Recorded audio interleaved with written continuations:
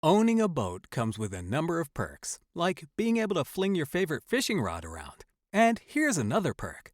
Geico's boat insurance covers your boat and your belongings. And with specialist support from agents that are as passionate about boating as you are, there's so much value that you'll want to high-five someone. But not while you're holding your fishing rod. That's a prized possession. So hold on tight with both hands and keep it covered through boat insurance. Get more with Geico. Hi, Crimes of the Centuries listeners. I had to record a little intro today because, while you probably can't tell it, this is episode 1 of season 5. Season 5! I didn't take a break between seasons this time around, so we're rolling right into it, but I wanted to say thank you to all of you who make the show possible. It, along with Grab Bag Collab, is now my full-time job. I'm out of daily newspapers, which I will miss, but it was all getting too much to juggle, and you've made this show successful enough that I'm taking a leap. Reminder, you can get early and ad-free versions over at grabbagcollab.com and or Patreon, where I aim to start releasing more bonus material as well. Plus, you'll be supporting other shows, like Catalyst, which takes a look at the origin stories of some of history's most disturbing killers. Or, if you want something lighter, check out Why is Amy in the Bath? A deep dive into film history through the lens of a sudsy Amy Adams.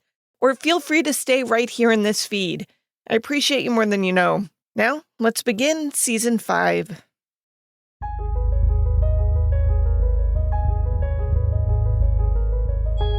Some crimes are so heartbreaking or shocking, they change laws, change society, or even earn the label Crime of the Century.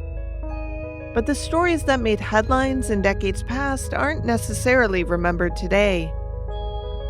I'm Amber Hunt, a journalist and author, and in each episode of this show, I'll examine a case that's maybe lesser known today, but was huge when it happened.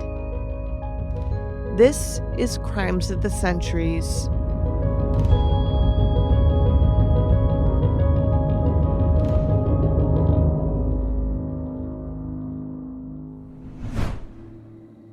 When Perry Parker got the ransom note demanding he pay up if he wanted his kidnapped daughter returned to him, he must have scoffed. $1,500? Even in 1927, that was a paltry amount, at least in this context. The most infamous kidnapping for ransom case in U.S. history at that point had been Little Charlie Ross in 1874, and those kidnappers more than 50 years prior had demanded $20,000. Perry Parker would have paid any ransom if it meant getting his 12-year-old daughter Marion back, but the successful Los Angeles banker could pay $1,500 without blinking. It was a done deal. The ransom note, of course, demanded Perry not reach out to law enforcement, but come on now. What parents wouldn't notify the police? The missive had arrived the morning after Marion was taken from school December 15, 1927, by a man purporting to be one of Perry's coworkers. Marion's family had realized she was missing soon after school let out, so they had naturally been worried all night and had already alerted tons of people that Marion was missing. If the kidnapper expected them to keep quiet about things, he shouldn't have waited so long to deliver his message. While the note Perry read was terrifying, promising to kill little Marion if the Parkers refused to pay up, its orders seemed clear enough. Perry was to deliver the $1,500 to a man in a car at a meeting spot to be announced, and in exchange, Marion would be released unharmed from the car's back seat. The evening of December 16, 1927, Perry got the phone call he'd been waiting for. The male voice told the frantic father which LA streets to drive until he reached a spot on Gramercy where he was to dim his headlights and wait for the kidnapper to approach. Perry did as he was told. The handoff should have happened soon after, but it didn't. Perry waited and waited and waited. Finally, at 11:45 p.m., his heart heavy, he gave up and drove back home alone. He was disappointed, terrified, and confused. He had done everything he'd been instructed to do down to the letter, or so he thought. When he returned home, he learned that he had unwittingly violated one of the rules set forth by the kidnapper. He'd been ordered to come alone. Police who had been staking out the Parker home followed him when he went to make the ransom drop. 2 carloads of officers had trailed Perry to the meeting spot, thinking they were far stealthier than they were. If Perry hadn't been so nervous and distracted, he might have noticed. Perry didn't, but the kidnapper did. He aborted the swap and wrote the Parkers a scathing letter that arrived the following morning. It described how Marion had been anxious to go home, how she had sat waiting for him in the kidnapper's car. Quote, "She was eager to know that it would only be a short while and then she would be free from my terrible torture, and then you mess up the whole damn affair. Your daughter saw you, watched you work, and then drove away severely brokenhearted because you couldn't have her in spite of my willingness, merely because you, her father, wouldn't deal straight for her life. You're insane to betray your love for your daughter, to ignore my terms, to tamper with death.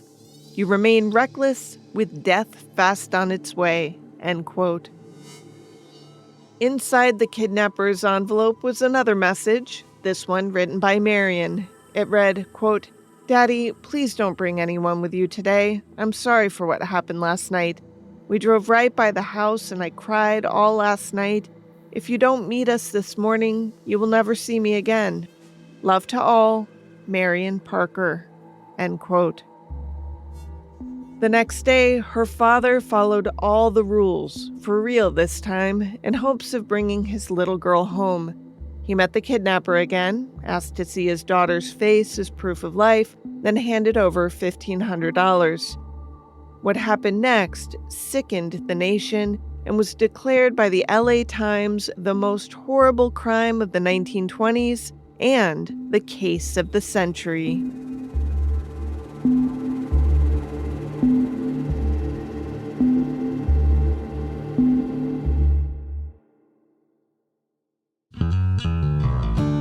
Crimes of the Centuries is sponsored by Cornbread. You know what's not fun for me anymore, Scott? What's that? Happy hour. I know. If I so much as look at alcohol anymore, I get a hangover. What is that about? Age. But I still like hanging out and letting loose a bit when being social, so I've changed things up.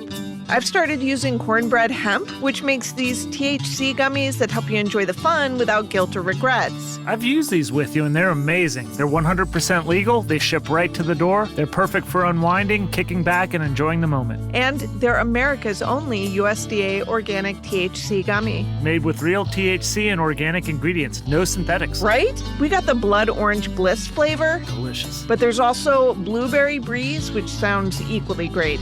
Right now, Crimes of the Centuries listeners can save 30% off their first order. Just head to cornbreadhemp.com/COTC and use code COTC at checkout. That's cornbreadhemp.com/COTC, code COTC. Cornbread Hemp. This is the good life.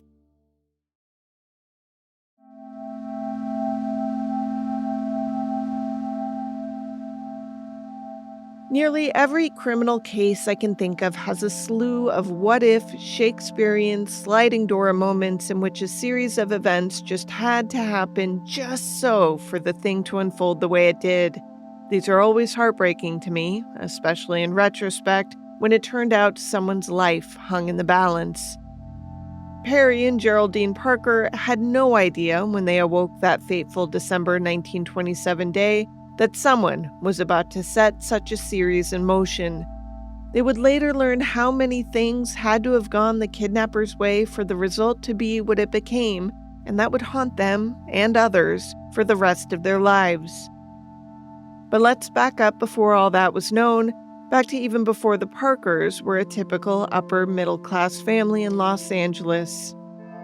Perry Marion Parker had been born in Pennsylvania in 1879 to his homemaker mother Mary and his physician father William. He was the third son born in quick succession. His birth marked the last of the couple's boys, though not the last of their children. 3 daughters followed. Based on available documents, Perry grew up comfortably in his large by today's standards family. He always had a head for business, so it made sense when he set his sights on a banking career. In the 1900s, he met and married Geraldine Heisel, a Missouri-born woman who was 8 years younger than he was. The two had their first child, a son named Perry William Parker, in 1907.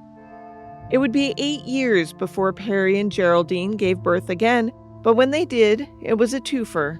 They named their twin girls Marjorie and Marion, the latter taking her father's middle name, so it was spelled the traditionally masculine way, with an I-O-N at the end instead of an I-A-N, though plenty of newspapers would get that wrong in the wake of the tragedy. The girls adored their older brother, who in turn was quite protective of them. While the twins weren't identical, Geraldine often dressed them alike and got them matching haircuts, but the girls were definitely their own entities. Marjorie was more like her mother, quiet, girly, a bit on the shy side. On the other hand, those who knew her described Marion as a nice child who was a bit of a tomboy. She had lots of friends, but preferred to spend time with her family, playing trains and throwing footballs. That's from Briefcase, and it's backed up by the book Butterfly in the Rain, in which author James Neibauer wrote, quote, "While the girls, including Marjorie, would play with dolls and tea sets, Marion would be enjoying toy trains or sometimes even football with the boys. Yet, despite her tomboyish nature and athletic bravado, Marion was, in other ways, an emotionally delicate child." End quote. For example, she was scared of the dark and a bit of a homebody. She could play outside during daylight for hours, but once the sun threatened to set, she wanted to be home with her family. Sleepovers were not her bag. She also was on the shy side around adults or other kids she didn't know well. Now, around her friends, she was the opposite, totally outgoing and even goofy, dancing to the radio or phonograph. She loved the physical humor of silent stars like Buster Keaton or Harold Lloyd. Harold's the guy from the silent era with the round wire-rimmed glasses dangling from a clock on the side of a building. Anyway, all this is to say that while Marjorie was a lot like her mom, Marion was really close to her father. So much so that she sometimes accompanied him to his job at the National Trust and Savings Bank, where he had worked for 20 years. She would roam the building, politely chatting with officials or watching the tellers work from afar. As it turned out, someone was watching her in return. The morning of Thursday, December 15th, Marjorie and Marion bundled up against the cold winter wind and walked to the streetcar that took them to school. It was supposed to be an extra fun day at school because teachers were hosting Christmas parties and winter break was nearing closer. What 12-year-old doesn't get excited about the holidays, or if not that, at least the holiday break? For the most part, nothing was noteworthy about that morning, with one small exception.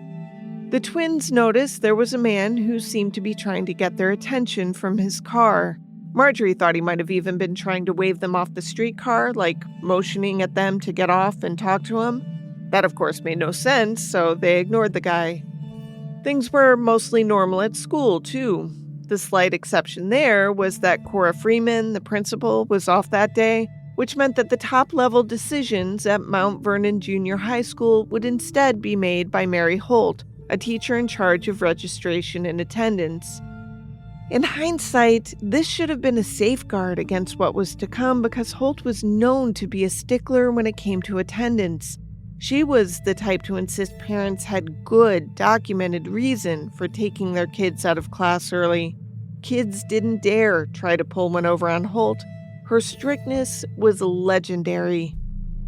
And yet, around noon that day, when a young man entered the school office and told Mrs. Holt that he was a friend of Perry Parker's and needed her to release the quote-unquote Parker girl into his care, she made a decision that would haunt her for the rest of her life. She believed him.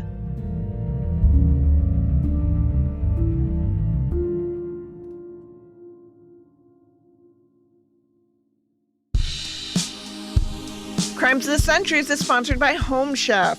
Meal kits often market themselves as an easy meal prep solution, but I don't know how many times I've tried one and been just totally overwhelmed by how complicated the instructions were. Luckily, Home Chef knows that struggle and delivers fresh, delicious meal kits that respect your time. Thank goodness. Home Chef delivers fresh ingredients and chef-designed recipes conveniently to your doorstep to simplify your cooking experience. Users of leading meal kits have rated Home Chef #1 in quality, convenience, value, taste, and recipe ease. Did you know Home Chef has over 30 options a week and serves a variety of dietary needs? I did know that. Did you know that Home Chef's economical, saving customers an average of $86 a month on groceries? No, I did not know that, but I believe you. For a limited time, Home Chef is offering my listeners 18 free meals plus free dessert for life and, of course, free shipping on your first box. Go to homechef.com/COTC. That's homechef.com/COTC for 18 meals and free dessert for life. homechef.com/COTC. Must be an active subscriber to receive free dessert.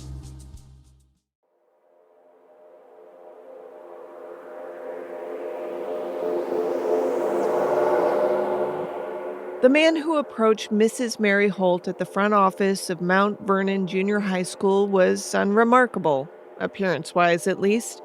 He was a smaller guy, both short and slender, with hair cropped tighter on the sides than on the top, which had a charming, messy, curly bouffant thing going on that he tamed with pomade. He was polite when he approached. "Excuse me," he said. "I need to see the Parker girl." A faintly sad smile crossed his freckled face. Holt was immediately a tad confused. There was no singular Parker girl at her school, but the man was friendly enough that she just let him speak. "I work with Mr. Perry Parker at the bank," he explained, then got to the point. "Mr. Parker has been in an accident and is calling for his daughter." Holt said, "But wait, we have 2 Parker girls. Which one does he want?" The man didn't know this, but thought quickly on his feet. "He wants the younger one," he said. Now, in hindsight, this should have raised all the red flags.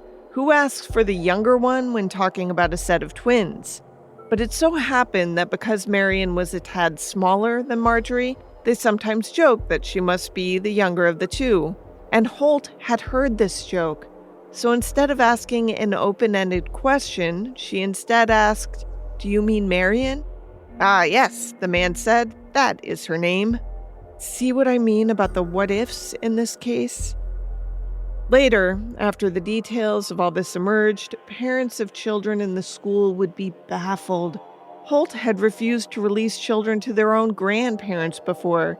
She was known to track down parents by phone to verify outsiders' identities before letting her school children walk away with them.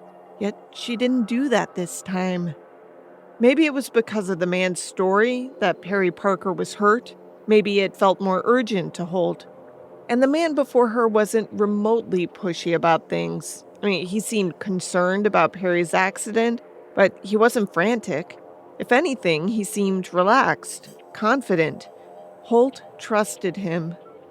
The Los Angeles Times quoted her later testimony in 1927.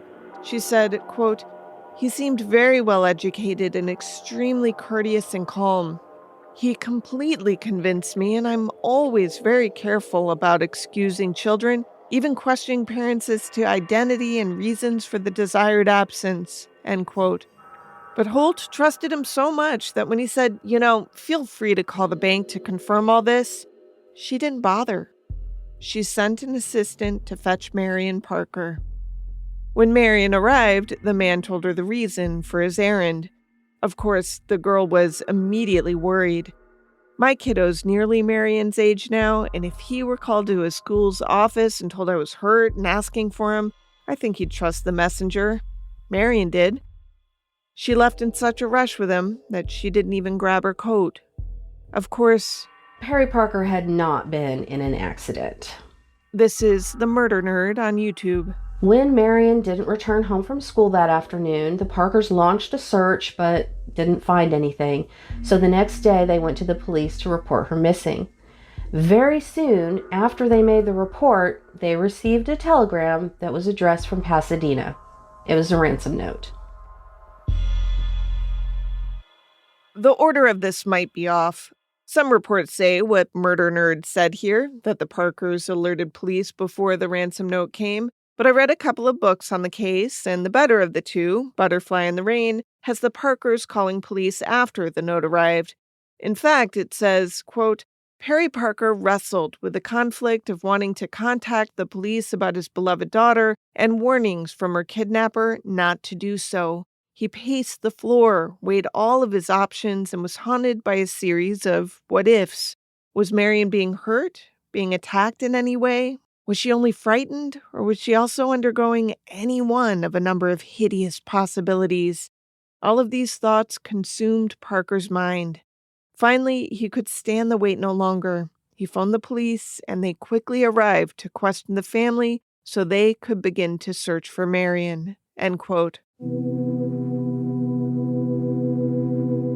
Now, if you're a longtime listener of this show, you'll know that kidnappings were not unheard of in this era. Marion's disappearance came 3 years after the May 1924 kidnapping and murder of Bobby Franks by Nathan Leopold and Richard Loeb. We covered that awful case back in Season 1. And in Los Angeles, around the time Marion disappeared, police were juggling 5 other missing children reports. One of those cases involved a 17-year-old named Lillian Runyon, who on December 10th had left with a, quote, strange young man in a dark coupe, end quote. In questioning Marjorie about Marion's disappearance, police learned about the guy who'd seemed to be beckoning the girls off the streetcar on their way to school. Could that guy and this man in the coupe be one and the same? Police at first thought it was possible. Meanwhile, another letter came for the Parkers. Quote, use good judgment. You are the loser. Do this. Secure 75 $20 gold certificates, U.S. currency, $1,500 at once. Keep them on your person. Go about your daily business as usual. Leave out police and detectives. Make no public notice. Keep this affair private. Make no search. Fulfilling these terms with the transfer of currency will secure the return of the girl. Failure to comply with these requests means no one will ever see the girl again except the angels in heaven. The affair must end one way or the other within 3 days, 72 hours. You will receive further notice, but the terms remain the same. Fate, end quote.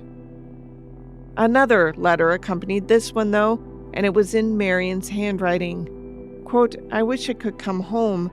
I think I'll die if I have to be like this much longer. Won't someone tell me why this had to happen to me? Daddy, do what this man tells you or he'll kill me if you don't. End quote. It was signed Marion Parker. Perry Parker begged police not to go to the press. He just wanted to meet the ransom demand, get his daughter back, and go about his life. After the exchange was made, he agreed police could do whatever they had to do to get the guy off the streets, but Perry wasn't about to do what Charlie Ross's dad did more than 50 years earlier. Christian Ross had refused, on principle, to pay a ransom demand.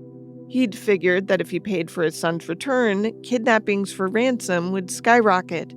So he had refused and spent his whole life wondering what had happened to his son. Perry Parker couldn't imagine a fate worse than that. He told the police to stand down, keep as low a profile as possible, and do the investigative work on the back end. Police agreed, or at least that's what they told him. In truth, they had trouble taking this kidnapper very seriously. The $1,500 ransom demand seemed amateurish. Perry Parker wasn't rich, but he could afford more than that. The cops felt it was more likely that Marion had been taken by someone with a vendetta against Perry Parker, so they interviewed friends, coworkers, neighbors, relatives. None jumped out as potential suspects, but they felt pretty confident that whoever did this was no sophisticated criminal. He was likely just some jerk with an axe to grind.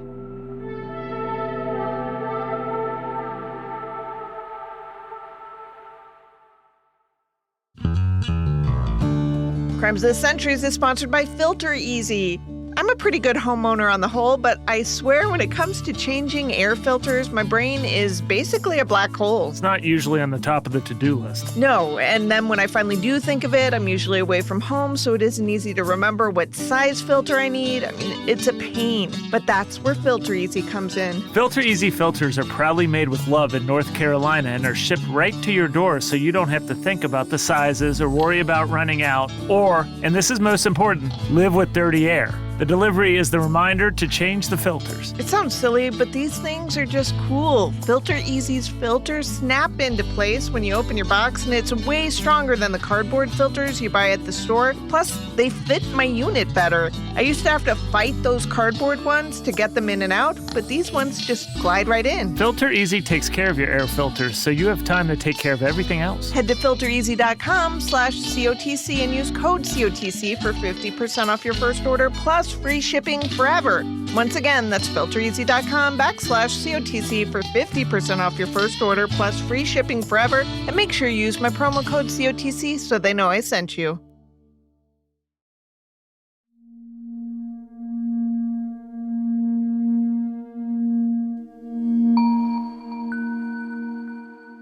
After his daughter was kidnapped, Perry Parker tried to act as normal as possible, per the kidnapper's instructions. He went to work and, aside from pulling out $1,500 from his personal bank account and spending time writing down the serial numbers from each of the $20 gold certificates he'd withdrawn, he carried on well enough that outsiders had no idea anything was amiss. It wasn't easy, of course. Perry went to work at the bank and worried someone would ask how his family was doing. The question alone could trigger a breakdown in him. Plus, people at the bank knew Marion. She was the daughter he often brought to work with him, so it wouldn't have been odd for someone to ask about her. Luckily, no one did that day. Meanwhile, police were gathering all the information they could, which included spending a long time with Mary Holt, the school administrator who had released Marion into her kidnapper's care. Holt was bereft. Imagine her position. She had been tasked with keeping the students in her school safe, and it was a job she had always taken seriously. She was known for her diligence in this very arena. Yet, this one time when it mattered most, she had let her guard down. She told police everything she could remember about the man who had conned her. She estimated he was between 25 and 30 years old, about 5'8" and 150 pounds, of slender build with thin features. She remembered his freckles and that he was cleanly shaven. He had dark brown, wavy hair that had glistened a bit from the product he used in it. Police were relieved she had paid such close attention. They tried to make her feel better, assuring her that her detailed description would likely help them nab the guy. But Holt was so distraught she had to be sedated to sleep. On Friday night, Perry Parker got a phone call from a male voice asking if he had the money ready. Parker said he did. His instructions came in another call about 20 minutes later. He was told to get in his car and drive a specific route to Gramercy, just north of 10th. Parker agreed and promised not to bring the police. He intended to keep that promise. He left his house with the money and did not alert detectives. As author James Neibauer wrote, quote, "Vengeance was not on his mind, only his child's safety. He could think about justice later," end quote.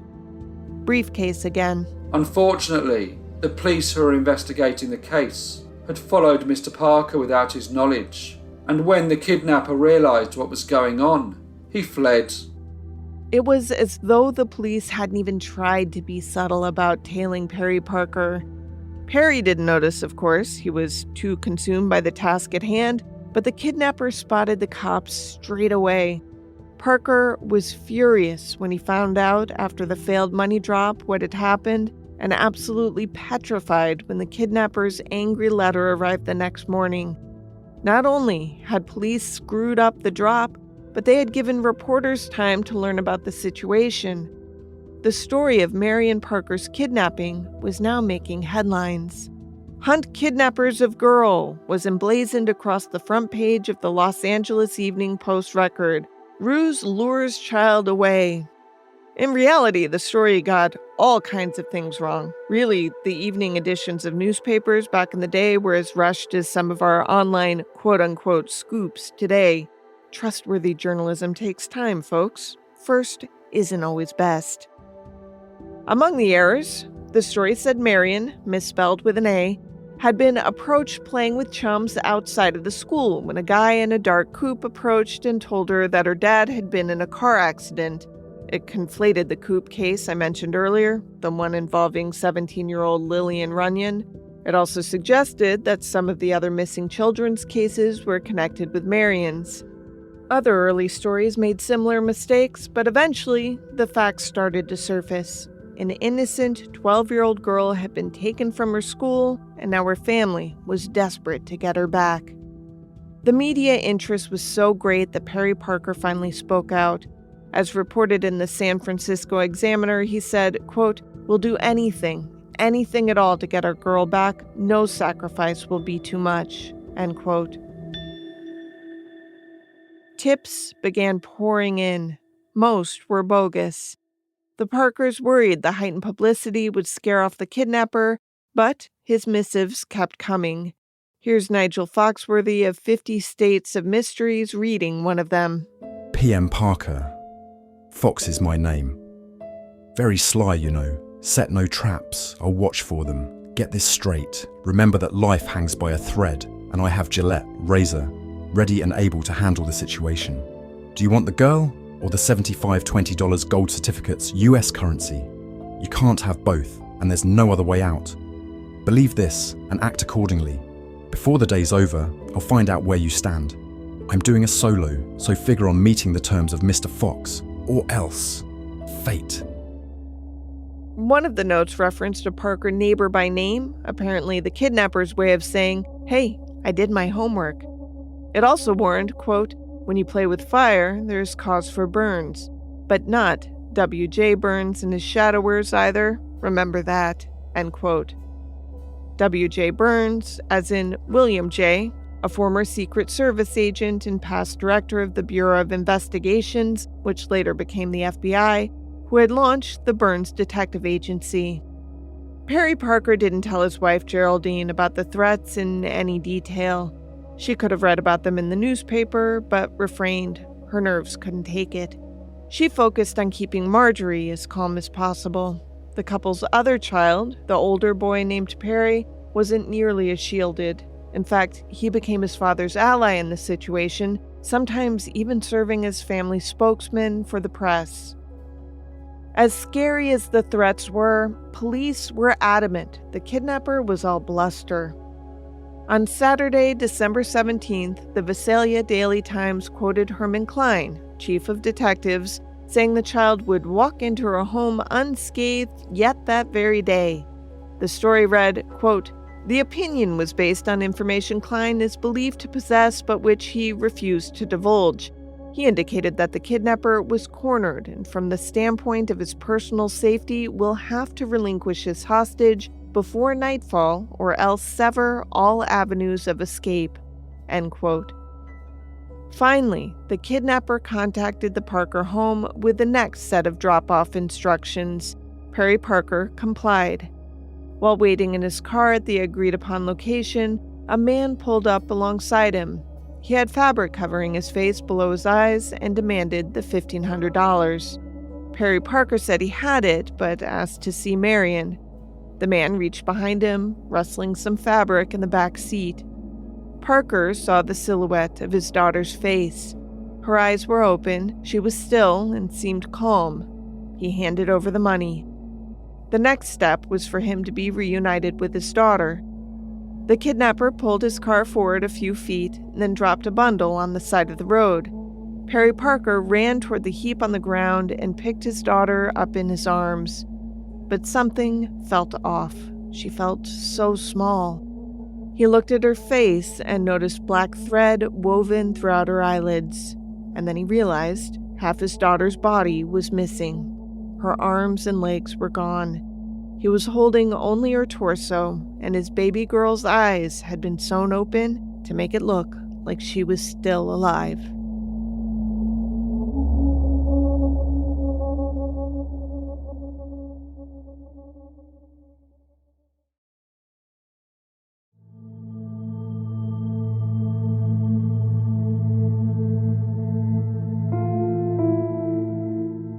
As news spread of Marion Parker's murder, the world was horrified. Not only had she been killed, but she'd been horribly mutilated and discarded like trash by a man the newspapers dubbed a fiend and a monster. Perry Parker had wailed like an injured animal when he realized what had happened. Onlookers rushed to his aid and called police, who descended on the scene quickly, but the killer was already gone. This is Scott Michaels of Dearly Departed Tours. The medical examiner determined that she'd only been killed a few hours earlier. With the recovery of Marion's body, the case escalated from a kidnapping to a murder investigation, and all of Southern California seemed ready and willing to join the hunt for her killer. Some clues came by way of Western Union workers who had spotted a man purportedly sending some of the messages that had peppered the Parker home since Marion's disappearance. Those descriptions varied wildly from the man Holt said she saw at the school. Helen Seeley and Ina Branson said the guy was only 5 feet tall and very, quote-unquote, hard-looking, not the 5'8" pleasant-looking man Holt reported. Police, without question, bungled the case early on, what with the way they underestimated the culprit and also surreptitiously tailed the father in so blatant a way they might as well have been driving a car covered in neon lights.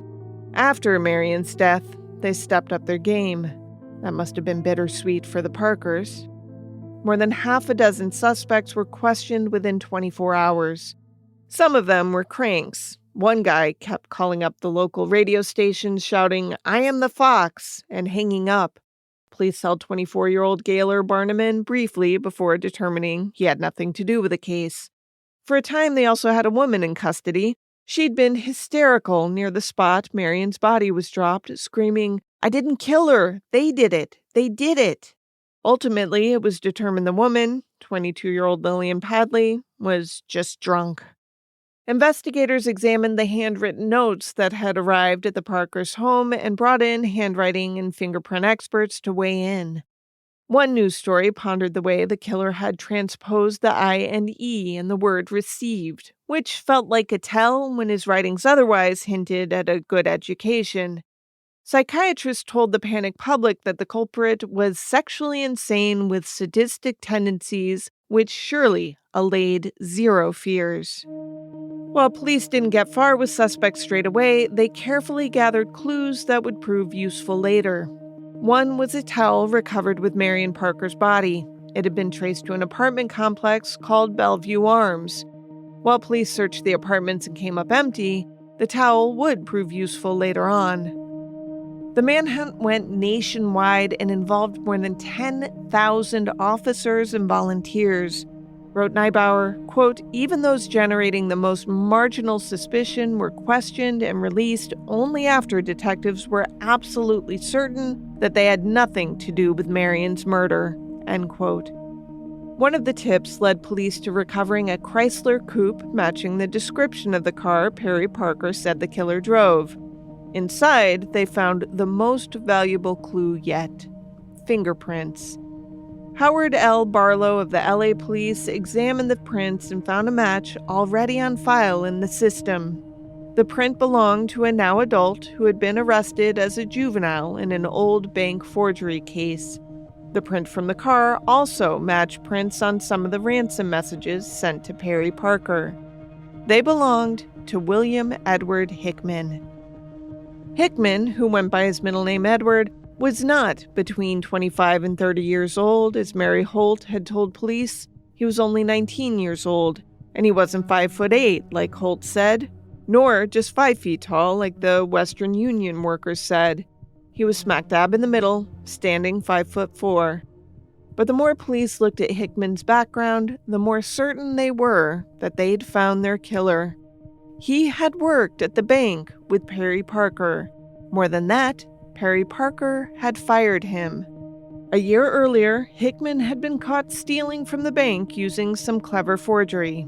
He'd been released from jail in August. When police returned to the Bellevue Arms apartments with a photo of Hickman, the neighbors there recognized him. They knew him as Donald Evans, a guy who had rented an apartment in the building and drove a Chrysler coupe. When police entered the apartment in question, It was clear that whoever lived there had fled days earlier in such a hurry that a half-eaten breakfast was left on the table. Other items were found linking its inhabitant to the crime, like a thumbprint on a sugar bowl and half a hazelnut in the trash can. That sounds random, but a corresponding half of a hazelnut had been discovered in a towel that had been wrapped around Marion Parker's torso. Now police had a name and a face. On Tuesday, December 20th, so 5 days after he had kidnapped Marion Parker from school, Edward Hickman made his front-page debut in newspapers nationwide. "All Southland seeks him," read a headline in the Santa Barbara News Press. Police initiated a nationwide manhunt for the killer, which consisted of over 20,000 police officers and volunteers. Some of the tips were nonsense, of course, but even the ones that seemed real were just odd. 2 hitchhikers had hopped into a car in California driven by a guy who seemed on edge. He didn't talk much, obeyed traffic laws to an almost paranoid degree, and kept a loaded .45 caliber automatic pistol within reach at all times. It wasn't until after the men were dropped off in Portland, Oregon, that they spotted the driver's picture in newspapers. After that, a gas station attendant in Washington state spotted Hickman and alerted police. Investigators might have dismissed it as a false sighting, but the attendant had been paid with a $20 gold certificate with the serial number matching one Perry Parker had jotted down from his batch of ransom bills. As much as LA cops messed up early on in this case, Hickman's downfall came at the hands of much smarter cops in Oregon.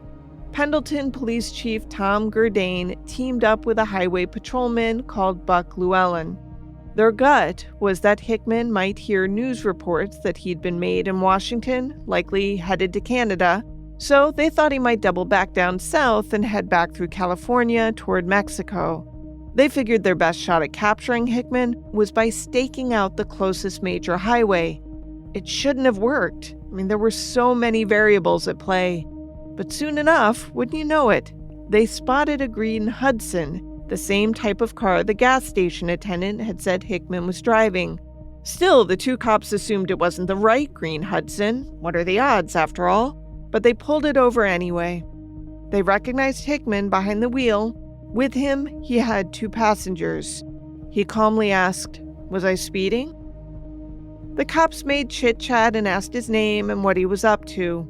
He said his surname was Peck and he was traveling from Seattle to visit family. He complied with a request to stop out of the car.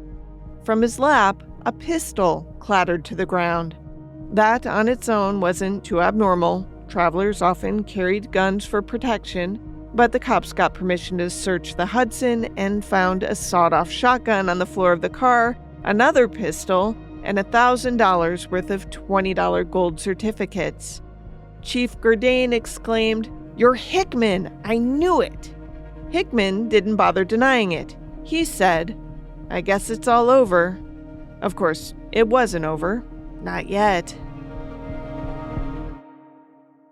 Hickman confessed to the police, saying he had never intended to kill Marion when he kidnapped her. He simply wanted $1,500, that specific amount because it was the cost of tuition at the college he aimed to enroll in. He remembered Perry Parker had testified against him in the forgery case the year prior and had remembered Parker's daughter because she would join her father at work so often. He hadn't targeted Parker for revenge, he said, but rather just chose the guy because he figured he had enough money to pay the ransom. After he got possession of Marion, Hickman said he told her what was happening and she hadn't been all that upset at first. Just like Mary Holt, she was placated by Hickman's calm demeanor. He'd assured her the ordeal would be over the next night after her father made the ransom drop. The 2 had talked about comic strips and movies and gotten along very well that first night. But the cops' decision to tail Perry on Friday threw everything off. Marion had seen her father's car and began to cry when Hickman said she couldn't go out to him because he'd spotted the police cars that had followed him. She cried all night. She began to annoy Hickman. Now, at first in his confessions, Hickman claimed he didn't work alone. He'd had a buddy, and conveniently, that buddy was the one who had actually killed Marion while Hickman was out. All of that proved false. Eventually, Hickman would admit that he alone strangled Marion because she wouldn't stop crying. She had just written the second note to her parents, and he was about to mail it, but she didn't want to be left alone. She was scared. You can actually see it in her letter, not just by the words, but by the handwriting. Her scrawl is much shakier in the second letter than it had been in the first.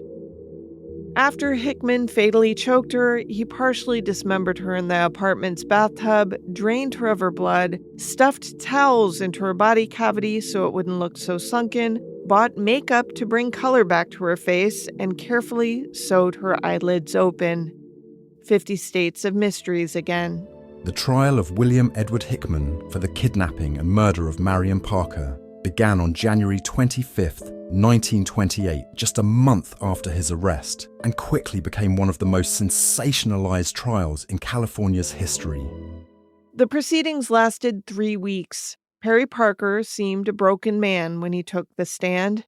Mary Holt, the school official who'd made the fateful decision to send Marion off with a stranger, was so stricken she could barely speak. She would never recover from the guilt of what she'd done. Hickman's lawyers centered his defense around an insanity plea.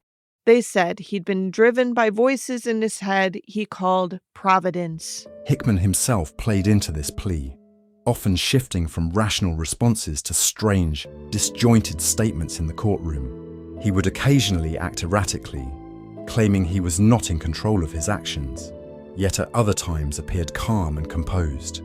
Hickman also presented a document he called The Solution of Crime, a rambling tract in which he tried to persuade the court to spare his life, claiming he could benefit humanity if allowed to live. Hickman had his parents in his corner. His mother, Eva, who had battled mental illness her whole life, told reporters there was no way her son could have done this. If he had, he must have lost his grip on reality. Meanwhile, Hickman's father, who hadn't been part of his life for years, testified on his son's behalf in court. He said that his former wife had gone kind of crazy while the two were together. She'd threatened to kill him, to kill herself, to kill Edward, as well as their other children. She told him once that he'd come home from work one day to find his family's bodies piled in a corner of the house. He also said that when Edward was born, he had actually been stillborn. It took doctors several minutes of working on the newborn to revive him, William Hickman said. And the first time Eva went into an insane asylum, Edward was just 7 years old. Surely, all of this, matched with the horror inflicted upon Marion Parker, pointed to Edward being insane, his father reasoned. The prosecution didn't buy it, and neither did the jury. He was convicted February 9th, 1928. 8 months later, on October 19th, he was hanged at San Quentin. One headline read, "The Fox Sent to His Doom." According to prison guards, Hickman spent his last day alive marveling at his own crime. He's reported to have bragged that it was the most atrocious crime in history. While it's nowhere near as well known today as the Charlie Ross or Leopold and Loeb cases mentioned above, it made quite a mark in its day. It was the subject of several murder ballads, including this one. Little Marion Parker left her home one day and headed for the schoolhouse so very far away. She took her little sister, and little did she know, following in her footsteps there came a deadly foe. To research this story, I read I Want to Come Home Tonight, The Haunting Story of Marion Parker. With apologies to its author, I found that book lacking, however, so I switched to the book Butterfly in the Rain, The 1927 Abduction and Murder of Marion Parker by James Neibauer.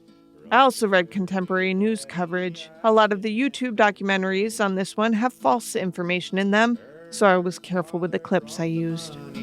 Just as the letter said, But when he found little Marion, his darling child was dead.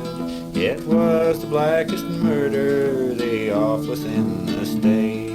At the hands of Edward Hickman, little Marion met her fate. Crimes of the Centuries is available early and ad-free through Grab Bag Collab. Join us at patreon.com/grabbagcollab to hear not just exclusive content related to this show, but to also get access to several other shows on our profit-sharing network. Unless noted in the citations, this show was researched and written by me, Amber Hunt, and produced by Amanda Rossman and Henry Lavoie. Original music is by Bruce Hunt, Andrew Higley, and occasionally by my son, Hunt Van Ben Scoten. Other music comes from Soundstripe and Epidemic Sound. If you like the show, help us out by rating and reviewing us on Apple Podcasts. For more information or to recommend a case, go to centuriespod.com.